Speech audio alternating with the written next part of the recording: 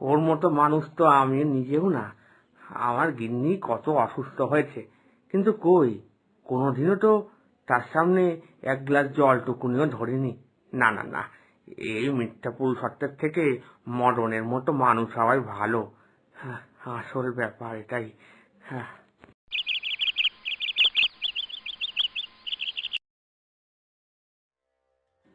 সত্যি গিন্নি, তোমাকে এইভাবে সুস্থ দেখার জন্য আমার চোখ একেবারে অস্থির হয়ে গেছিল।